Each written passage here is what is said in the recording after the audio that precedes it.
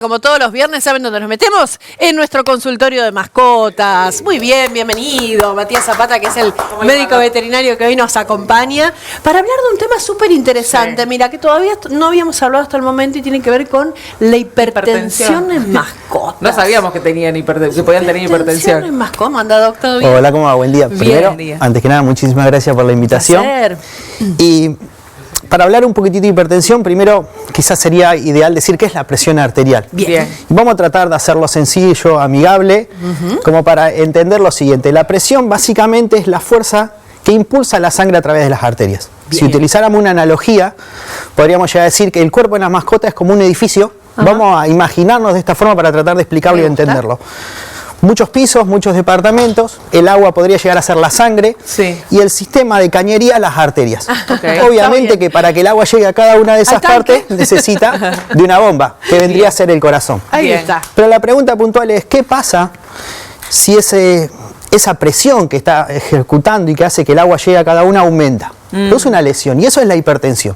Si llevamos análogamente a esto a los animales, la hipertensión es justamente el aumento de esa presión de manera sostenida en el tiempo. Bien, bien. Mira vos, ¿Y qué síntomas da? ¿Cómo nos damos cuenta? Porque a lo mejor a las personas, presión alta, te duele la cabeza, tenés mareo, ¿y el perrito cómo nos damos cuenta? O le tomas la atención, le tomas la presión. Tal cual. Es bastante complejo porque, primero que se celebra el 17 de mayo porque en las personas se la considera como el asesino silencioso o el enemigo silencioso. ¿Qué quiere decir esto? Y en la mascota pasa exactamente lo mismo. Y encima tenemos el que no nos dice que lo que le está pasando. Es muy raro que venga y nos diga, nos duele la cabeza, nos pasa esto otro. Entonces, generalmente las mascotas no presentan síntomas. Y cuando empiezan los síntomas, son dispersos, son inespecíficos, pero la enfermedad está avanzada. ¿Qué es lo que puede pasar? Decaimiento, falta de apetito. Y si nos vamos a síntomas más graves, pérdida de la visión de manera repentina. A veces de la nada se empiezan a chocar objetos y uno no entiende qué es lo que pasa. Y obviamente, como más complejo, síntomas neurológicos, empiezan inclinación de la cabeza y en algo más grave hasta convulsiones. Doc, y en este sentido, si no está detectado a tiempo, ¿qué otras consecuencias en otros órganos puede tener? Bien, así como hacían la analogía en los departamentos, yo decía, bueno, cuando aumenta el agua y aumenta la presión, puede haber fisuras en las cañerías y puede producir lesiones. Por una cuestión de cuánta sangre llega a cada uno de los tejidos, los más impactantes son los ojos. Por eso hablamos de signos oculares, obviamente el sistema nervioso, el cerebro como puntual, los riñones y todo el sistema de caños, las arterias y los corazón. Y el corazón, perdón. Claro. Bueno, entonces, ahora sí que me deja preocupada.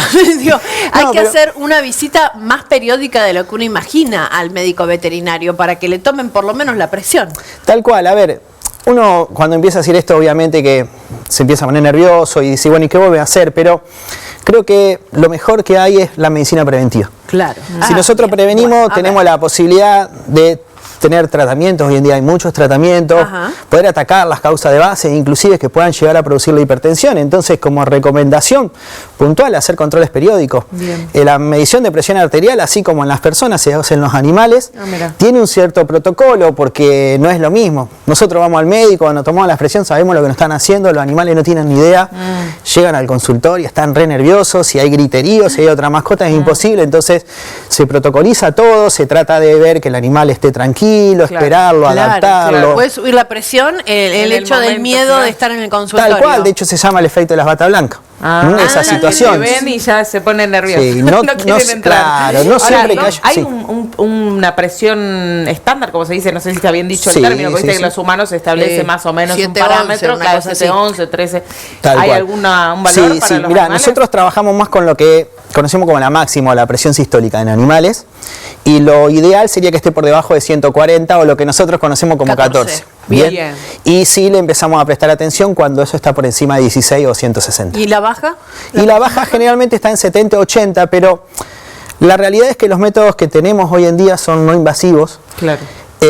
No predicen tan eficientemente la presión mínima, entonces todas las investigaciones y todos los tratamientos están orientados a esto. Le prestamos mucha atención, a diferencia de lo que pasa en las personas, con la presión máxima, la sistólica. Otra pregunta, doctor. La que quieran. Estoy como los alumnos en clase. El aparatito que sirve, que mide la presión en la muñeca de la gente adulta que suele tener en casa, el doméstico, ¿sirve para medir la presión a los animales? No, lamentablemente no. Son similares, pero están configurados para las mascotas. Pero por sobre todas las cosas, que es lo que por ahí a veces nos complica a nosotros, el ancho del mango, vieron que los nuestros es estandarizado y siempre se pone acá por una región que está justo sobre la base del corazón. En los animales hay diferentes manguitos porque depende del tamaño donde se mide. Claro, tal cual. Salchicha, yo tengo dos. Claro, no serviría el mismo, Ceci, definitivamente. Ahora, doctora, usted mencionaba la medicina preventiva, que es lo que mejor funciona en estos casos para este tipo de patologías. ¿Qué tenemos que hacer para prevenir que tengan hipertensión? Bien, vamos a dejarlo sentado así como algo genérico. La hipertensión está más asociada a pacientes gerontes. Entonces, como primera medida, si la mascota tiene más de 9 o 10 años, es más propenso sobre todo en felinos, en gatos, ya tener presente de que tiene que hacer controles periódicos. Y sobre todo si tiene enfermedades que pueden llegar a causar hipertensión, como daño renal o enfermedades endocrinas, hipertiroidismo, el Cushing o hiperadrenocorticismo. Si cumplen estos puntos, se puede hacer una consulta con el médico veterinario. Yo aconsejo siempre medición de presión arterial y hago hincapié en el protocolo porque el animal tiene que estar tranquilo por lo que mencionamos anteriormente, y obviamente análisis de rutina, análisis de sangre, análisis de orina, porque hay enfermedades, como dije, que pueden predisponer a la hipertensión. Bien. ¿Afecta igual a gatos y perros, dice el graf ahí? Bueno, es una pregunta, justamente y puntualmente en los gatos es más frecuente. 1 de cada 4 o 5 gatitos suelen ser hipertensos, y en los perros no quiere decir que no haya hipertensión, pero es menos común. Y generalmente está asociado a problemas renales. Bien. La sal en la comida, viste que a veces le damos, qué sé yo, la sobra del asado y qué sé yo. hace el doc.